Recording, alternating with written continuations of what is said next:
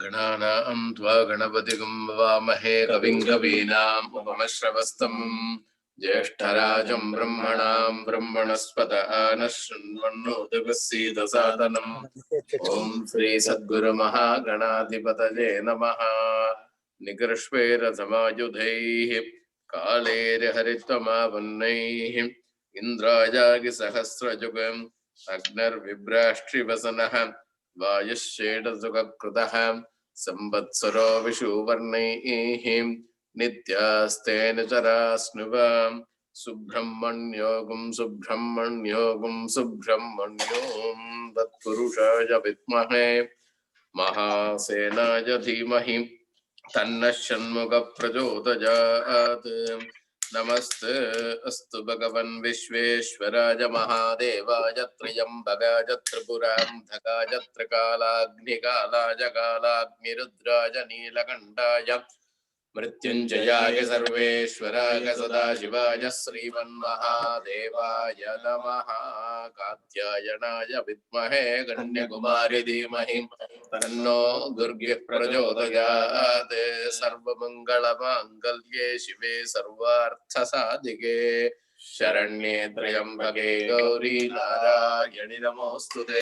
वर्याप्त्या अनन्तरायाय सर्वस्वमोतिरात्र उत्तममहर्भवति सर्वस्याप्ति सर्वस्य जित्यै सर्वमेव तेनाप्नोति सर्वं जगति। नारायणाय विद्महे वासुदेवाय धीमहि तन्नो विष्णु प्रचोदयात्। पद्मप्रिये पद्मिनि पद्महस्ते पद्मालये पद्मदलाय दाक्षी विश्वप्रिये विश्वमनोनुकूले तत्पादपद्मं मयि सन्निधत्स्व। महादेवी च विद्महे विष्णुपत्नी च धीमहि तन्नो लक्ष्मी प्रचोदयात्। गुरुब्रह्मा गुरुर्विष्णु गुरुर्देवो महेश्वरः गुरुसाक्षात् परब्रह्मा तस्मै श्रीगुरवे नमः। गुरवे सर्वलोकानां विषजे भवरोहिणां निधये सर्वविद्यानां श्रीदक्षिणामूर्तये नमः। सद्गुरुचरणारविन्दाभ्यां नमः। सरस्वती नमस्तुभ्यं वरदे कामरूपिणी विद्यारम्भं करिष्यामि सिद्धिर्भवतु मे सदा। राजाधिराजाय प्रसद्गदागिने नमो वयं वै श्रवणाय कुर्महे समे कामान् कामकामाय वाक्यं कामेश्वरो वै श्रवणो दधातु। कुबेराय वै श्रवणाय महाराजाय नमः। वक्रतुण्ड महाकाय सूर्यकोटिसमप्रभा निर्विघ्नं कुरु मे देव सर्वकार्येषु सर्वदा। विनायकादिसंस्थादिकृतदेवताभ्यो नमो नमः। सर्व अपराधक्षमार्दं सर्वमङ्गलप्राप्त्यर्थम् अलङ्कार पञ्चमुखदीपं दर्शयामि याचमनीयं समर्पयामि। दिव्यरक्षां धारयामि वातेन सहरेण रक्षां धारयामि।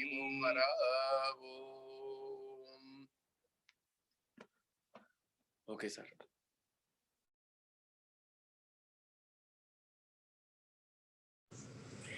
Namaste, Dr. Biram. Yes, Dr. Raju. Lalit.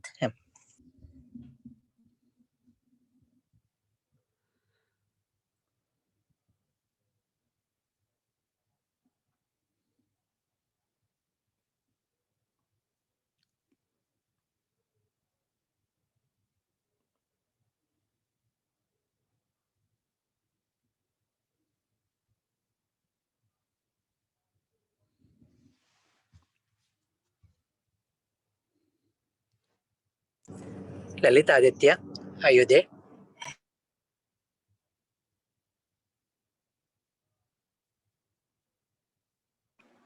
I don't see him in the group. Last time also he was 1 or 2 minutes late. Yeah. So can we do a song or Hanuman Chalisa to save time or whatever you want? Somebody can sing a bhajan.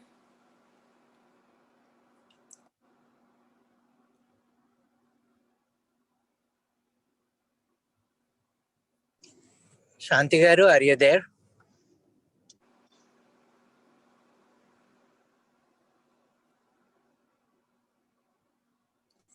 Lalit has joined. Lalit. Namaste, Lalit. Namaskaram. Okay, Madhav, take over. Yes, I am here. Right. Since Lalit ji is here, I think Shanti Garu will start with him and will come back for the Hanuman Chalisa. So Lalit ji, thank you for accepting to come back to us to give your presentation, and we're looking forward to it. And stage is yours. Sorry, give me 1 second. I'm trying to. Sure.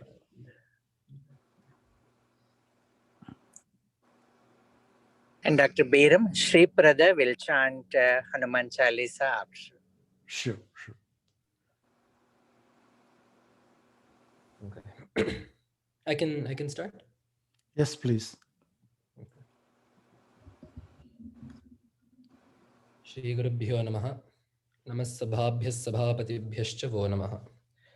Vedandasyam giram devim sadguroh pada pankajam jagadgurunshcha shringadristhithan vandertha siddhaye Mala sudha kumbha vibodha mudra vidya virajat karavari jatam Apara karunya sudhamburashim Shri Sharadambam pranatosmi nityam Satyajnana sukhaswarupamamalam Kshirabdhimadhyasthitam Yogarudhamati prasannavadanam Bhusha sahasrojvalam Triakshanchakrapinakasabhayavaran Bibhranamarkachavim Chhatribhutaphanindramindudhavalam Lakshmindrisimham bhaje Bharati Karunapatram Bharati Padabhushanam Bharati Padamarudham Bharati Tirthamashraye Vidya Vinaya Sampannam Vitaragam Vivekinam Vande Vedanta Tattvajñam Vidhushekhara Bharatim Sadashivasamarambham Vyasa Shankara Madhyamam Asmadacharya Paryantam Vande Guru Paramparam Prahladanarada Parashara Pundarika Vyasambarisha Shukashaunaka Bhishmadalbhyan Rukmangadarjuna Vasishtha Vibhishanadin Punyaniman Paramabhagavatan Smarami. Namaskaram, everyone. So we find ourselves in a new year, in a new presidency too, I guess. So this year, Dr. Rajgaru and I were thinking that we could do a more series-based series of lectures rather than just muktakas. So rather than just random topics here and there. So once a month, we thought we could take some topics. So I was thinking that the Narada Bhakti Sutras would be would be particularly appropriate for the for the audience, and also for the climate that Sanatana Dharma finds itself in right about now in the world. So the Narada Bhakti Sutras are a very interesting work. So Sutra Sahitya is it's a vast topic in Sanskritam literature. So Alpaksharam Asandigdham Saravad Vishwato Mukham. So Sutram Sutra Krito Viduho. So there are certain qualities that need to be in a text for it to be considered a Sutra Grantha. So sutras are generally translated in English as aphorisms. So there are these short sayings that are put together. And so Alpaksharam, they need to be as short as possible. They need to be said in as few letters as possible. Asandigdham, they should not leave room for doubt. And then Saravata, they need to carry a substantial meaning. Vishwatomukham, like this. So then Sutram, Sutra Krito Viduho. So these are the qualities that a sutra text needs to have. So the most famous sutras, of course, are the Brahma Sutras written by Badarayana Maharshi, which form the basis of the Vedanta Darshana, along with the Brahma Sutras and along with the Upanishads and Bhagavad Gita. Then we also have very famously the Yoga Sutras of Patanjali, which explain the Yoga Darshana in the 4 padas, in the 4 sections of Samadhipada, Vibhutipada, like all of that. Then also very famous are the Jaimini Sutras. So the sutras that Maharshi Jaimini penned that formed the basis of the Karma Kanda of Purva Mimamsa. So of the Darshana, the school of thought that says that karma is the ultimate. Then of course we have the Nyaya Sutras of Gautama, the Vaisheshika Sutras of Kanada. So like this, I guess Sankhya is written in Karikas, but the point I'm trying to make is that most of the foundation of philosophy in Sanatana Dharma has been provided in terms of sutras. So while we have Apaurusheya Vedas making the base of everything, so Vedas which are not born of man, which are the essential breadth of Paramatma, which form the basis of our Dharma, most of the human basis of our darshanas are these sutras that are written by Maharshis. So these Narada Bhakti Sutras, so Bhakti is not really a darshana. A darshana is something that attempts to explain the relationship between Ishvara, Jagat, and Jiva. So something that tries to explain the relationship between the individual, a higher power, and the world is called a darshana. Even more strictly speaking in Shastra, a darshana is something that identifies the cause for bondage, the method of release from bondage, the nature of liberation, moksha, and the way to get moksha and the means. So something that identifies this is what we call a darshana. So like this, we have Sankhya, which says that knowing the difference between Purusha and Prakriti is what leads to moksha. Then you have Karma Kanda, which says that doing karma gets you Swarga, which is the highest goal you can get. And then even within Vedanta, we have Dvaita, Vishishta, Advaita, Advaita. So like Advaita says, knowing or realizing, experiencing the unity between Ishvara and Jiva is what gets you moksha. So Bandha is thinking that you are separate from Ishvara. Yeah, moksha is being in union, being one's existence merging with Ishvara. So this is a darshana. It sets forth a path. It defines bondage, it defines liberation, and it sets forward a path that enables a seeker, a sadhaka, to get from bandha to moksha. So bhakti per se is not a darshana on its own, but we call it bhakti siddhanta. So bhakti is a proposition that is put forth that is quite frankly integral to all other darshanas. So even those darshanas that do not accept Ishvara. So for example, Purva Mimamsa does not accept Ishvara. There is no single power that is in charge of the whole world. There are devatas who are higher beings that take the yajna ahutis that we give, that take the oblations that we give into the yajna or into our homas, and those beings taking upon that gain power and sustenance, and then they give us the corresponding phala, they give us the corresponding fruit. So there is no single higher power that Mimamsa ascribes to here. And Sankhya too is quite frankly the same thing. So it says there's Purusha and Prakriti, but there is no Ishvara in Sankhya. So it's called Nirishvara Sankhya.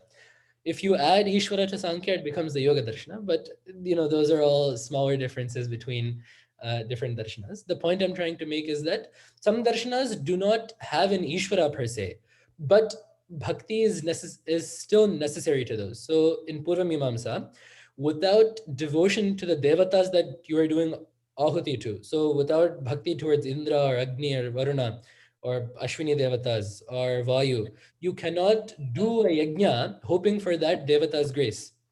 In the same way, in yoga or nyaya, even nyaya says that there is a purusha that is sarvagnya, and with his grace only you will have proper cognition. So all darshanas in some way or the other necessitate that bhakti must be practiced by the sadhaka for the end goal to be realized, whether that is the knowledge of Vedanta, whether that is the Svarga of Mimamsa, whether that is the Samyak Jnana, the proper cognition of Nyaya, regardless of what the end goal is, all darshanas hold that bhakti is nonetheless necessary to attain this. So actually even Bhagavat-pada says, Adi Shankara Bhagavat-pada says in Viveka Chudamani, he says, Moksha sadhana samagriyam bhaktireva gariyasi. So among the means of moksha, notice, not among the givers of moksha, among the means of getting moksha, bhakti is the greatest. Why did he say sadhana? Because the only thing that directly gives moksha in the Advaita Siddhanta, or frankly in the Vedanta Siddhanta, is jnana, knowledge. So bhakti does not in itself give moksha, but bhakti is the number one cause or the number one enabler of jnana, thus leading to moksha. So, but Bhagavatpada's definition of bhakti is not what we usually perceive bhakti to be. He says, Swaswarupa anusandhanam bhaktirithyabhidhiyate. The search for one's true nature is what bhakti is. This is a very, a very radical statement that we would think, Bhagavad-pada being the champion of tradition, very prim and proper. We think that he would say that, reading Bhagavatam or doing Bhagavad Gita Parayana or reading Ramayana or doing puja or doing japam is what bhakti is. But Bhagavad-pada defines bhakti as the search for one's true nature. Now, the key point here to note is the search for one's true nature does not necessarily have to be different from doing pujas or parayanas or japa or whatever, spiritual practices it is that we decide to take up. So, but when done with the mindset of looking for one's true nature, bhakti then becomes the bhakti that can lead to moksha. So this is the background of bhakti and why bhakti becomes so important to the Vedanta Darshana. So the darshanas aside, Narada Maharshi in the Bhakti Sutras, he has defined what bhakti is, how bhakti must be practiced. So these Bhakti Sutras are split into 5 adhyayas. So just as the Brahma Sutras are split into 4 padas, just as Yoga Sutras are split into 4 padas, these Bhakti Sutras are split into 5 adhyayas. So in the first adhyaya talks about Bhakti Svarupa. So what is bhakti? What is the nature of bhakti? And then the second adhyaya talks about Parabhakti Mahatvam. So the greatness, what is it that bhakti gets us? Why choose bhakti as opposed to another path? The third one is Bhakti Sadhanani. So how do I inculcate bhakti? How do I grow bhakti within myself? How do I make sure that my bhakti does not slip away?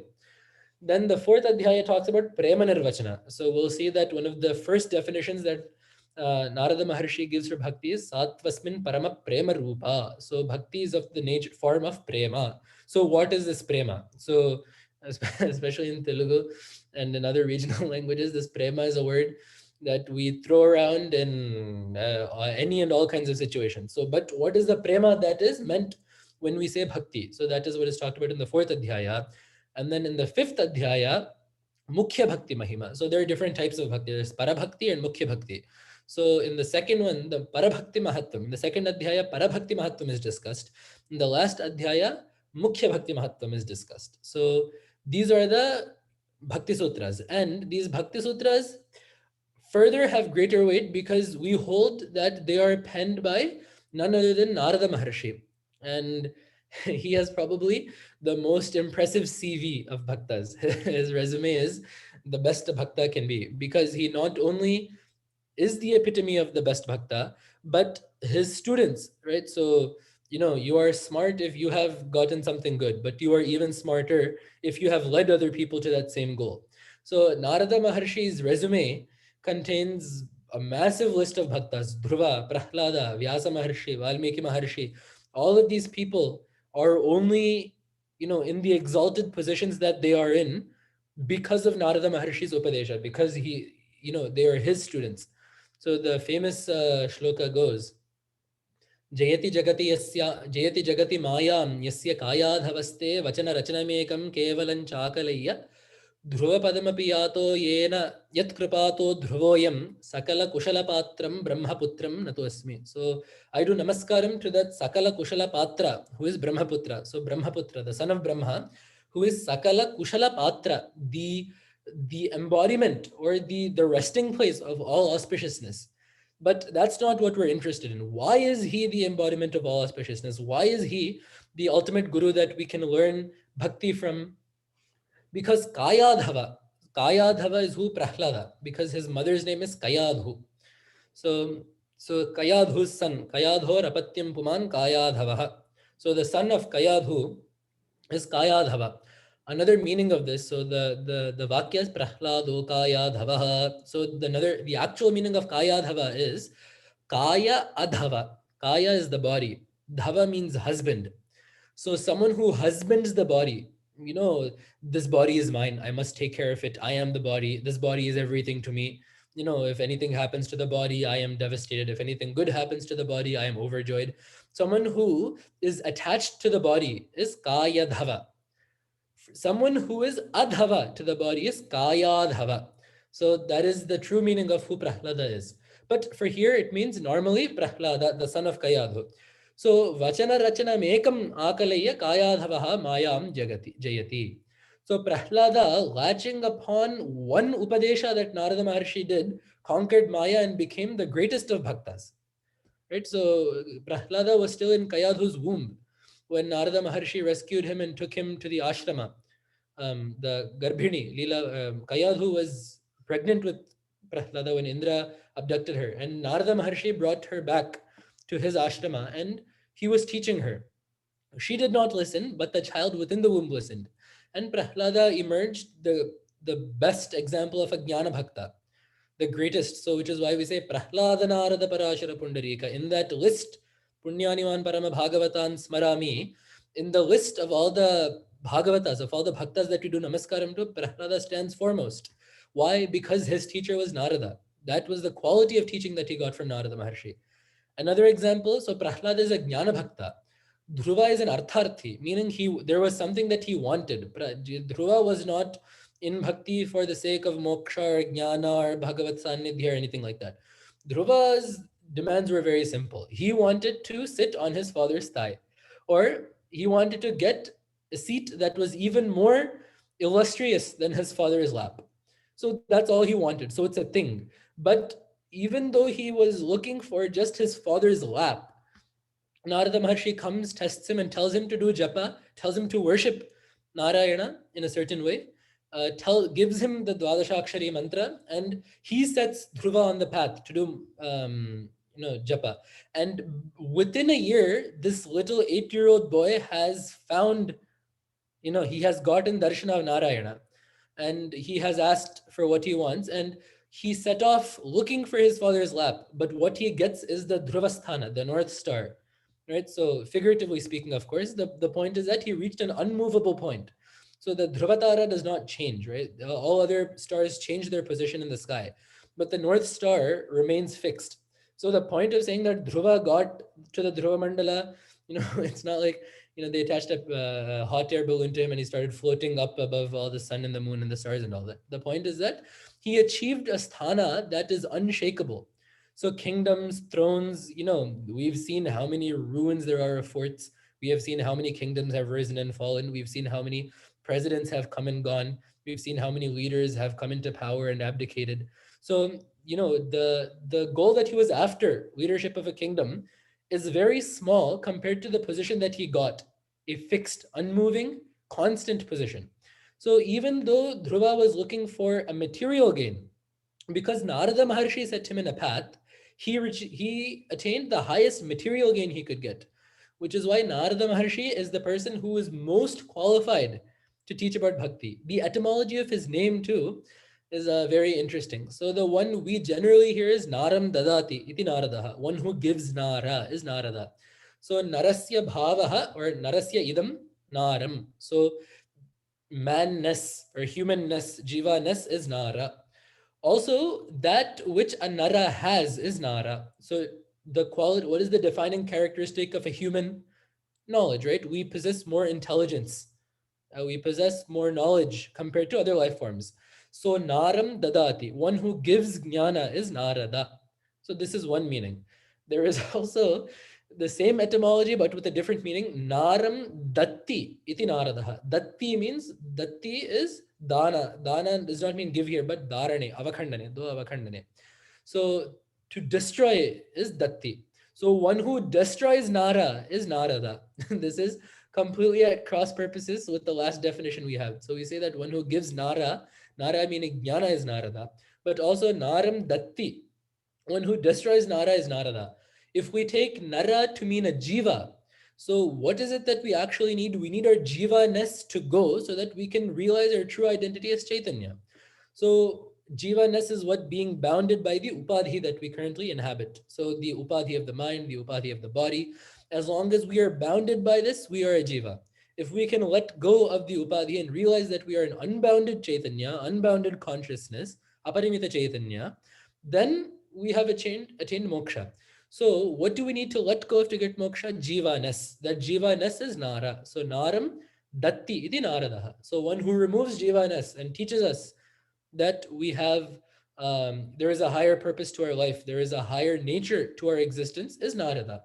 So it is that Narada that has penned these Bhakti Sutras. So we can take what he says that, he knows better than we do. So what he says is probably right. That is the point. The reason why we glorify the Guru so much is to give in us Shraddha that what we are learning is true. Because if we sit down with whether he says, is this true or not? He says that, but I don't know. We'll take what he says with a grain of salt. If we do that, we won't be getting the most we can out of a text, right? So the reason why, if we read Ramayana, we glorify Valmiki. If we read Bhagavata, we pay homage to Vyasa. If we read Raghuvamsha, we talk first about how great Kalidasa is. The reason we do that is for us to gain a sense of gaurava, a sense of respect towards the subject material, upon which we can then understand it better. So it is for us to understand that we owe a lot to Narada Maharshi and that his position is a very high one. So with that enough background, let us go into the text. So the first sutra is Athato Bhaktim Vyakhyāsyāmaha. Now we shall talk about bhakti, is what this means. Ataha Bhaktim Vyakhyāsyāmaha. So this atha shabda, there is a saying. So Omkarascha atha shabdascha dvaveto brahmanah pura kantham hitva viniryato tasman mangalika vubhau. So it is said that Om and Atha are both Mangala shabdas, which is why a lot of texts begin with Atha. So like Atha shabda anushasanam is how the Mahabhashya starts. Athato Brahma Jignasa is how Brahma Sutras start. Athato Dharma Jignasa is how the Jaimini Sutras start. But Atha is generally taken to be a Mangalacharana. It also means now. Ataha means therefore. So now, therefore, we shall talk about bhakti. Atha is just generally taken as a Mangala Shabda. But Ataha, therefore, what is this therefore doing here? When do you say therefore? When you have said something previously, right? Like if you say Tesla's stock is falling, therefore buy Tesla. The therefore is what referring to the previous fact. So because the previous fact is now inculcated in you, this is the thing that you need to take in. But when the text itself starts with Ataha, therefore, what is it supposed to mean? So for different shastras, so like in the Brahma Sutras, Athato Dharma Jignasa means Ataha there means because once the sadhana chatushtaya has been inculcated, Ataha, because in that mumuksha is inherent, because the desire for moksha is there, Brahma Jignasa, the desire to know Brahman has come about. In the Karma Sutras, in the Jaiminiya Sutras, Atha, upon studying Veda, upon doing Veda Dhyana, Ataha, because the need to know the Veda's meaning is inherent, Dharma Jignasa. We shall now study how to understand the purport of the Vedas. So here, what the therefore means is, because bhakti requires no qualification whatsoever. Who can practice bhakti? Do you need to have, upanayana? Do you need to get mantropadesha? Do you need to be somewhere? Do you need to be in a brahmachari, grihastha? None of this is there for bhakti. All that is required is a pure mind and a true desire to know what this is. So ataha refers here to the lack of any prerequisites for bhakti. So now we shall talk about this bhakti. What is bhakti? So in the next couple of sutras, Narada Maharshi defines what bhakti is. Sa tu asmin parama prema rupa is the next sutra. So sa, that bhakti, asmin, in this parama prema rupa, it is the form of highest love. So in Paramatma, unadulterated love towards Paramatma is Parama Prema Rupa Bhakti. What is this Parama Prema? Why does he have to say Parama? He can just say Prema Rupa, right? So prema to Bhagavan is bhakti. Why does he have to say parama prema rupa? Because parama is a superlative. Parama. The greatest is parama. Because all of us have bhakti towards Bhagavan in some degree or the other, right? Whenever we're in trouble, the first thing we say is, Hey Bhagavan. Whenever we're scared, the first thing we do is we say Bhagavan's name. Whenever we need something, first thing we do is we go to the temple and we break a coconut. So all of us have some degree of bhakti towards Bhagavan. But the prema, the love, the affection that we have towards him is not parama prema. It is not the highest prema, because there are still some other things that we have affection towards that surpass our love for Bhagavan. Some of us love our family more than we love Bhagavan. Some of us love our house more than we love Bhagavan. Some of us love spending or earning more than we like Bhagavan. There's nothing wrong with that per se, like you're not a bad person, but the bhakti that is going to give you the highest goal, the bhakti that Narada Maharshi has set out to teach us about, is not that bhakti. This bhakti is one in which the bhakti that gives the highest goal is that in which the sadhaka loves nothing more than Bhagavan. Amrita Swarupa cha, and this is undying. So there, we have these two sayings called Smashana Vairagya and Prasuti Vairagya. So Vairagya is detachment. So everyone gets Vairagya in two different places. Smashana Vairagya. Whenever anyone passes away, you can be assured that within 24 hours, all the relatives that have come together to mourn the person's passing and to attend the Antyakriyas afterwards, there will be some talk about how life is transitory, nothing will stay, no one will live forever, we should not be too sad. Someone, Jatasya dhruva mrityu, he who was born will die. This is Smashana Vairagya. Whenever someone dies, Vairagya is inherent. Everyone will talk about how life is transitory, nothing lasts forever. And then 6 months later, and he's frantically trying to earn more money. Meaning that Vairagya only lasts for, 1 day before and after the person dies. That Vairagya has a window. Like that also, there is Prasuti Vairagya.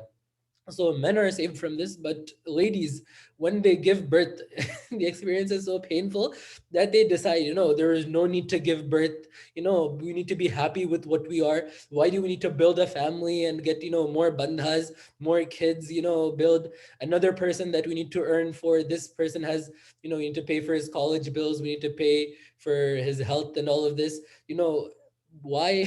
That is Prasuti Vairagya. That Vairagya, that detachment is limited to the time that the mother is giving birth, because it's a very painful experience. So at these two times, Prasuti Vairagya and Smashana Vairagya, everyone will have Vairagya. Everyone is the most detached Vyasa, Vasishtha, Valmiki that you will ever see. And then you fast forward 6 months and, back to normal. We are interested in the usual things. But so that Vairagya is not Amrita. This prema too, this bhakti, is not of that nature where it is transitory. It does not, pop up during Ramanavami and then go off, right? So we see this in Desha Bhakti too. Republic Day, Independence Day, everyone's flying flags and running around the country. And the next day, the same person who, took pictures with the broomstick is eating something and throwing it on the side of the road. So that patriotism is limited to certain days. That love for the country is only expressed in certain days. But this bhakti is not like that. This bhakti is amrita. What is amrita? That which, amrita has two characteristics. That which is eternal. That which does not die is amrita. So this bhakti is constant. It does not ebb and flow in nature. And the second characteristic of amrita is that it is sweet. So this bhakti that we are talking about is very pleasant in nature. It is a positive experience. It is a happy experience. This is something that is desirable. This is something that is pleasing to the human mind. So Amrita Swarupa cha. And then in 2 or 3 sutras, Narada Maharshi lays out what happens to such a person that has gotten bhakti. H.E.A.L. abdhvapuman siddho bhavati amrito bhavati trupto bhavati yat prapya na kinchid vanchati na shochati na dveshti na ramate notsahi bhavati. So let's take this sutra for example. Yat prapya. So this bhakti, upon gaining this bhakti, na kinchid vanchati, he does not desire anything. Na shochati, he does not bemoan anything, he does not bewail anything. na dveshti. He does not dislike anything. He does not hate on anything. Na ramate. He does not become overly attached to something. Na utsahi bhavati. He does not become overexcited, jubilant over things. So we see here, this is exactly what Bhagavan talked about in Bhagavad Gita. Dukkheshu anudvignamanaha sukheshu vigataspruha vitaraga bhayakrodha sthitadhir muniruchyate. So who is a proper muni? Dukkheshu anudvignamanaha. Someone who is not overly dejected when sorrow strikes, when hard times strike. Sukheshu vigataspruha. Someone who does not lose sight of themselves when comfort comes. Vita raga bhaya krodha, someone who is bereft of attachment, fear, anger. Sthitadhihi, one whose mind does not become agitated. So he is a muni. And he is also the bhakta that Bhagavan talks about in the 12th chapter. So this bhakti basically gets someone to that mauna sthiti, to the stage of a muni. This bhakti is something that upon gaining this, you reach a state of tranquility. So some things, when we like them, when we gain affection towards something, they turn us averse to something. They pit us against something else. For example, a very common example, it's to understand is sports, right? If you, let's take tennis. If you like Federer, you immediately become averse to Nadal because, Nadal might beat Federer here and there. Or you might become very happy when Federer wins a tournament. So liking something gives way to jubilation, to dejection, to anger, to likes, to dislikes. You become sad when your favorite team loses. When India loses a cup, you become sad. When India wins the World Cup, you become very happy. When another team beats India, you become angry at that team, or you get mad at India for not playing well. So love towards something can give rise to a whole host of negative emotions. But this bhakti is not an emotion that agitates the mind. This bhakti is an emotion that stabilizes the mind and keeps it attuned towards Bhagavan. So this is one nature of bhakti.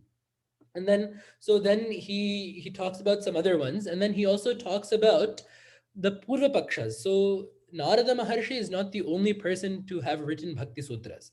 So several Bhakti Shastras exist before Narada Maharshi, so he quickly mentions them and what they define Bhakti as.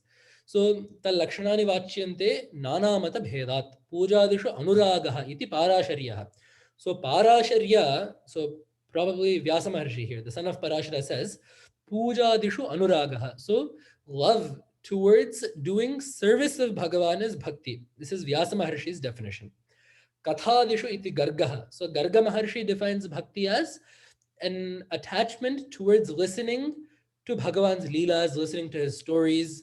So tadbuddhayas tadatmanas tannishtha, that like what they say in Bhagavad Gita. Then Atmaratyavirodhena iti Shandilya. So Shandilya Maharshi says, yes, serving Bhagavan, but service of Bhagavan that does not inhibit Atmananda, Atmarati. So the experience of the true nature of the inner self with the Satchidananda. So Shandilya Maharshi defines bhakti as that which is service to Bhagavan that is accompanied or that does not obstruct the experience of Atmananda. So if you see, there are some forms of bhakti, you become so attached to service that you lose sight of the true goal. So Shandilya Maharshi says that that is not bhakti. Bhakti that is done with Atmajnana in mind is this. Narada Maharshi says, Tadarpita akhilacharata tad vismarane parama vyakulata. So the bhakti that Narada Maharshi talks about is more akin to karma yoga. Tadarpita akhilacharata. So offering all karma phalas to Bhagavan, tad vismarane parama vyakulata. So, and in forgetting Bhagavan, you must be extremely averse to forgetting Bhagavan even for a second. So there is this saying in the Gita, Ananyashchintayanto mam yejanah paryupasate tesham nityabhiyuktanam. So Ananyashchintayanto mam, they think of me, not anyone else, but nityabhiyuktanam, they are always thinking of me. So the nature of bhakta, or the parama bhakta that Narada Maharshi is talking about, so the bhakti that will get us moksha that Narada is trying to teach us, is nitya. So tad vismarane parama vyakulata means what? You must at all costs not forget him, meaning you must always be thinking of Bhagavan at all times, and you must offer all karma phalas to him. So what Bhagavan said, ma manusmara yudhyacha, think of me and fight. So remember me as you do karma. You can replace fight with any karma that we do. You must keep me in mind and fight and offer the karma phala to me. So this is the bhakti that Narada Maharshi is advocating for. So a mix of normal emotional attachment to Bhagavan coupled with karma yoga, coupled with jnana yoga, is the bhakti that that Narada Maharshi is talking about. And now we need an example, right? So what is a good example of this bhakti? He chooses the highest example of bhakti, Yatha Vrajagopika Nam. So the entire Dashamaskandha of Bhagavata is dedicated to the bhakti that the Gopikas had towards Krishna Paramatma. If we had more time, we could probably talk about how the Gopikas exhibited their bhakti towards Krishna Paramatma, and how these days people that don't understand it well have misinterpreted horribly. But the reason that Narada Maharshi chooses that is the Gopikas Krishna was everything to them. He called, they came running. They did what he said without question. They did everything thinking of him. There's actually a very beautiful shloka in Krishna Karanamrita that Krishna is looking at the gopi and the gopi is looking at Krishna. The gopi is looking at Krishna and she is so engrossed in looking at Krishna that she is supposed to be churning. She's supposed to be churning buttermilk into butter. But she is so taken by looking at Krishna, by the thoughts of Krishna, that she does not understand that she is churning an empty vessel. So that is the level of devotion that the Gopikas had towards Krishna. So Narada Maharshi chooses them. Yatha Vrajagopikanam tatrapi na mahatma jnana vismrityapavadaha. So Narada Maharshi actually goes a good deal in correcting the misapprehensions that we could have about the Gopikas Bhakti. So as soon as we hear Gopikas and Krishna, we immediately, Rasa Leela, it was romance. That anyone who has read Bhagavata with half a brain knows that this is not the kind of sexual love that exists between, a husband and wife or man and woman that existed between the Gopikas and Krishna. The Gopikas ranged from 5-year-old to 80-year-old. The Gopikas were of all ages, all walks of society, married, unmarried, children, elderly. So obviously this is not something that is, of an illicit, lewd nature. That's why Narada Maharshi says here, Tatrapi na mahatmya jnana vismrityapavadaha. The gopis at no time forgot that Krishna was Paramatma, who was also Antaratma. They did not forget Mahatmya, and they did not forget that the jnana that everything needs to be approached by. What is Mahatmya? Krishna to them was not, a young lad that inhabited a human body. Krishna was not a person that looked really good with nice clothes and a peacock feather and ornaments and all that. Krishna to them, they knew, they were fully aware that he was Paramatma. And jnana, they were approaching him with the knowledge that he is Paramatma, who is the Chaitanya that exists within all beings. So the Gopika's attachment towards Krishna is the attachment of every jiva towards Paramatma. The attachment of all rivers to the ocean, the attachment of every wave to the ocean. The wave exists separately from the ocean in a sense, but it knows, let's say that the wave knows though, that in its true nature, it and the ocean are the same. That is the viewpoint that the Gopikas were exhibiting their bhakti towards Krishna to. So, na mahatmya jnana vismrityapavadaha. If that is not there, tad vihinantu jaranamiva.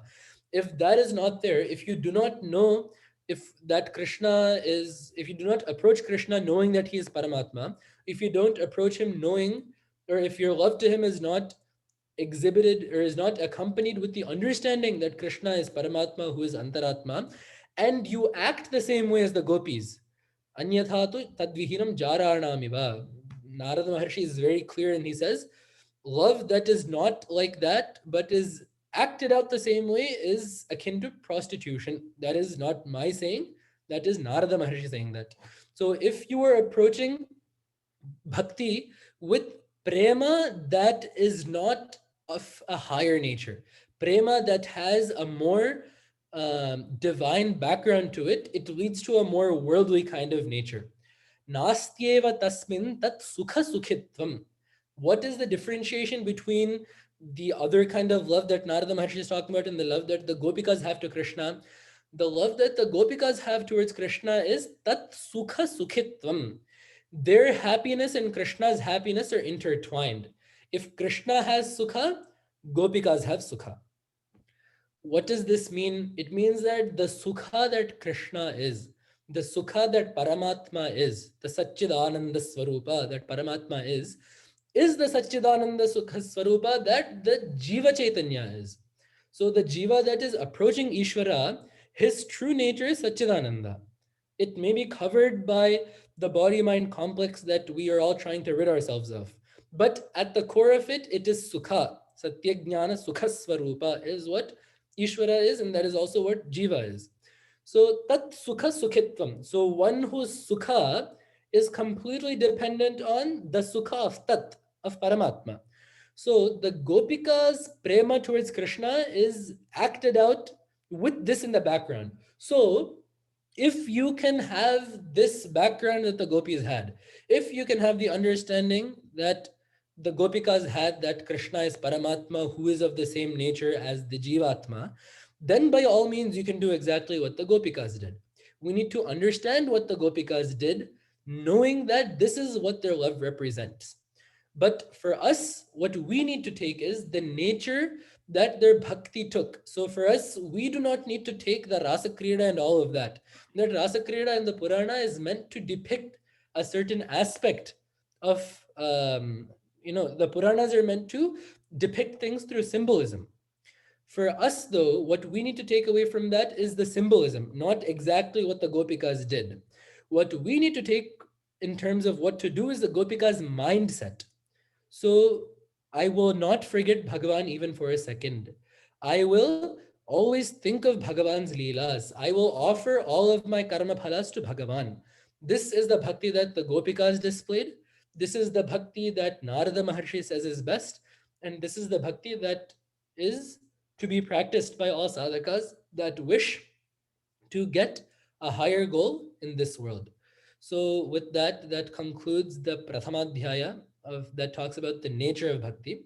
So the next time we meet, we will talk about the Mahatva of bhakti. So bhakti, not like Mahatva as in like, you do this and you'll have putra divriddhi and you'll get rich and all of that.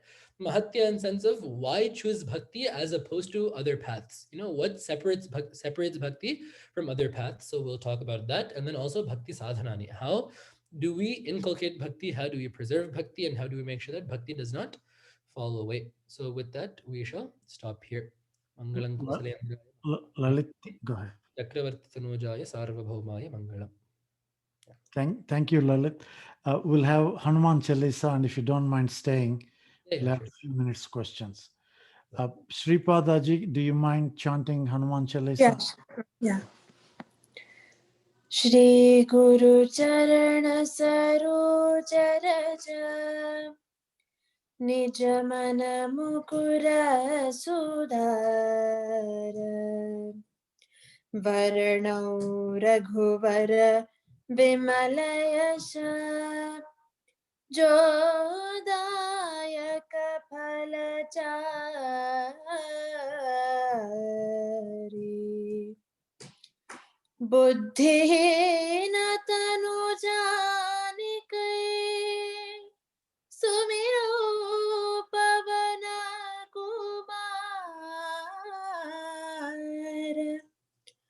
बल बुद्धि विद्या देहु माहे हरौ कलेश विकार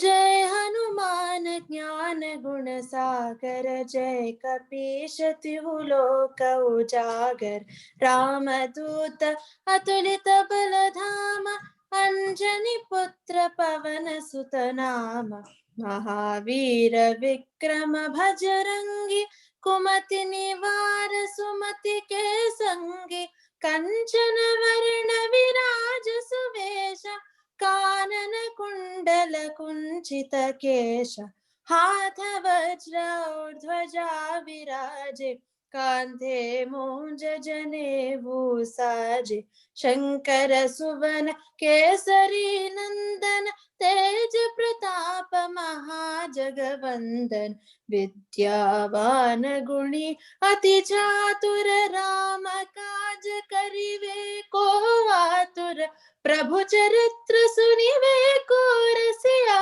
राम लखन सीता मन बसिया राम लक्ष्मण जानकी जय बोलो हनुमान की राम लक्ष्मण जानकी जय बोलो हनुमान की सूक्ष्म रूप धरि सियहि दिखावा विकट रूप धरि लंक जरावा भीम रूप धरि असुर संहारे रामचंद्र के काज संवारे लाय संजीवन लखन जियाए श्री रघुवीर हर्षि उर लाए रघुपति कीन्ही बहुत बड़ाई तुम मम प्रिय भरत सम भाई सहस वदन तुम्हरो यश गावे अस कहि श्रीपति कंठ लगावे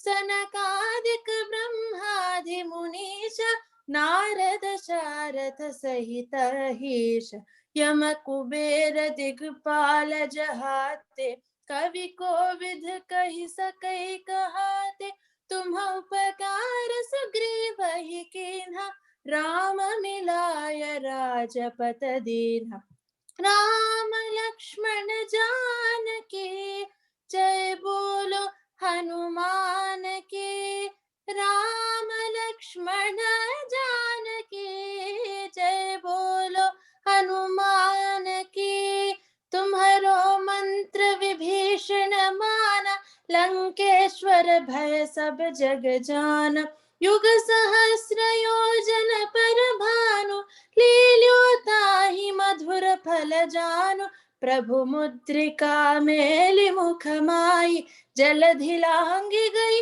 अचरज नाई दुर्गम काज जगत के जेते सुगम अनुग्रह तुम्हारे तेते राम दुआरे तुम रखवारे होत न आज्ञा बिनु पैसारे सब सुख लहै तुम्हारी शरण तुम रक्षक काहू को डरना आपन तेज समारो आपे तीनों लोक हांकते कांपे भूत पिशाच निकट नहीं आवे महावीर जब नाम सुनावे राम लक्ष्मण जानकी जय बोलो हनुमान की राम लक्ष्मण जानकी जय बोलो हनुमान की नाशे रोग हरे सब पीड़ा जपत निरंतर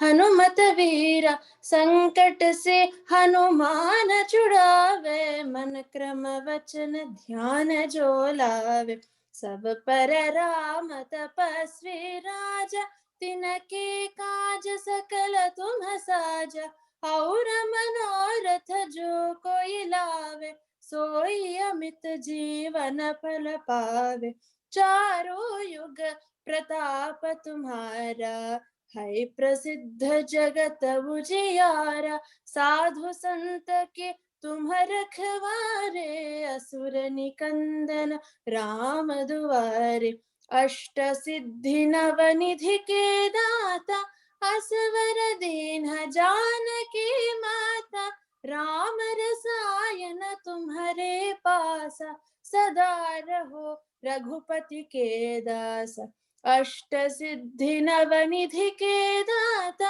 असवर दीन जानकी माता राम रसायन तुम्हारे पासा सदा रहो रघुपति के दासा राम लक्ष्मण जानकी जय बोलो हनुमान की राम लक्ष्मण जानके जय बोलो हनुमान के।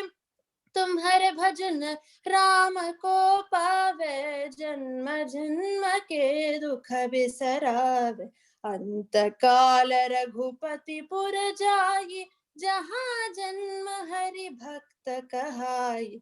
और देवता चित्तन धरई, हनुमत से ही सर्व सुख करई। संकट हटे मिटे सब पीड़ा, जो Sumire Hanumat बलवीरा।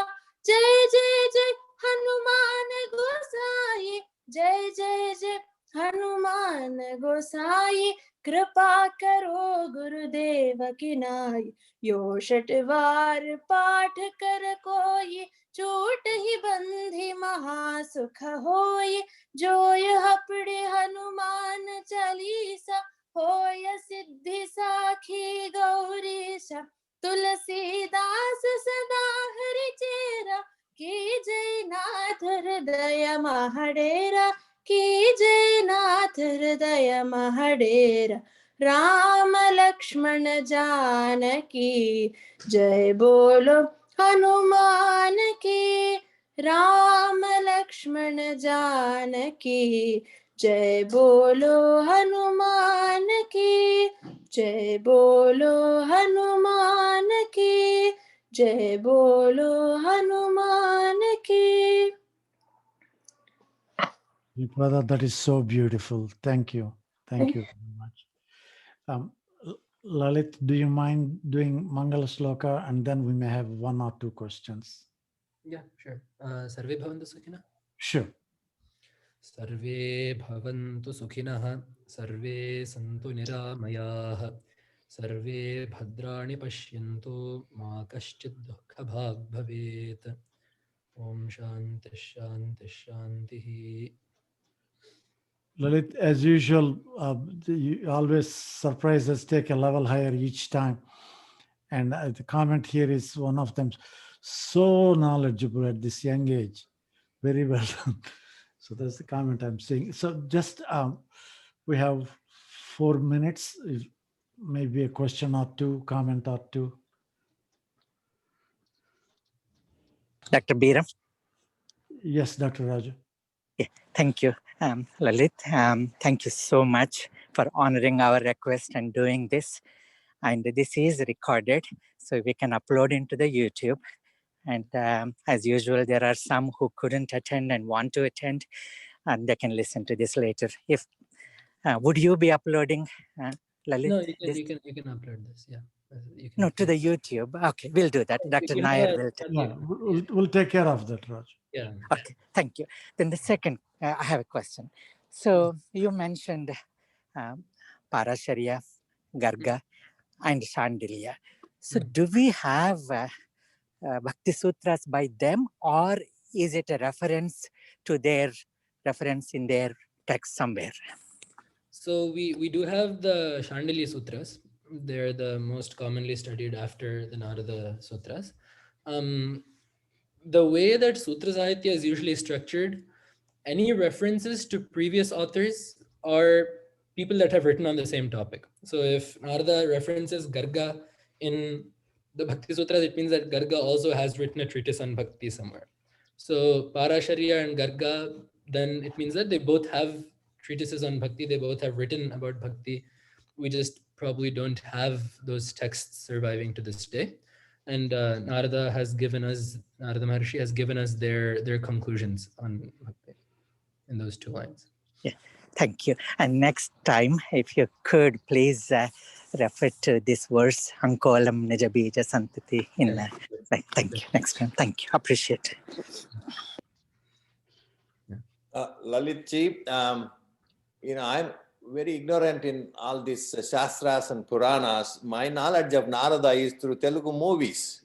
Or the stories, we heard while growing up. We knew Narada is highly connected because he could travel in time and visit any god, at his, will, and Vaikuntha will open for him, Brahmaloka will open for him. but we also heard that he is somebody who likes conflict. Is that, of course, he does this conflict, generation for Loka Kalyana ultimately, but meanwhile, a lot of people go through a lot of pain. So would you comment on that side of Narada, where that all story came around? Yeah, so I've heard someone say that the cinema industry did a lot of good for Sanatana Dharma, and they also kind of messed some things up. Narada Maharshi definitely, yes, he does incite conflict in some cases. But as you said, that in the Puranas, at least wherever that is there, that is always driven for Loka Kalyana. It always ends, someone who is too proud needs to be humble. Someone who is ignorant needs to be taught to listen.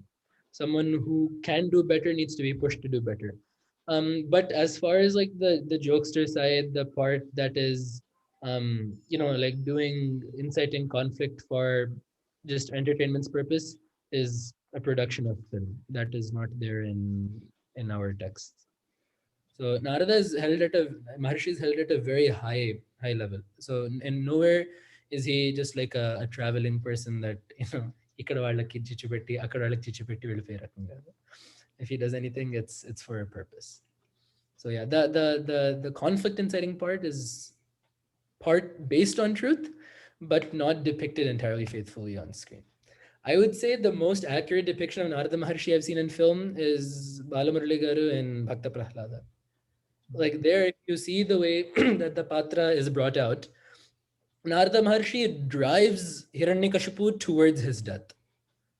So like every hint that he gives, like the way they wrote the dialogues in that movie, he does not lie anywhere, but he pushes every action that he takes. He incites Hiranyakashipu to punish Prahlada more. He gives ideas and all of that. All of that is designed to move up Hiranyakashipu's death day so that he can move on. The world will be free of him. Narasimha will come earlier, all of that to happen. So I would say that movie probably did the best job of depicting Narada Maharshi faithfully to the texts. Lalitji, thank you so much. It's 1 minute past the hour. Really appreciate it and looking forward to your next talk. And as usual, I will see you all tomorrow, same time, same place. I think Sriram Sarvottam is the speaker tomorrow. Yes. And last Thursday of the month is Lalit's, unless told otherwise. Okay. Again, thank you, Lalit. All the best to you, and we're blessed to have you here. Thank you. Take care, everyone. Shubharatri. Shubharatri. Shubharatri. Beautiful talk. Thank you. Shubharatri.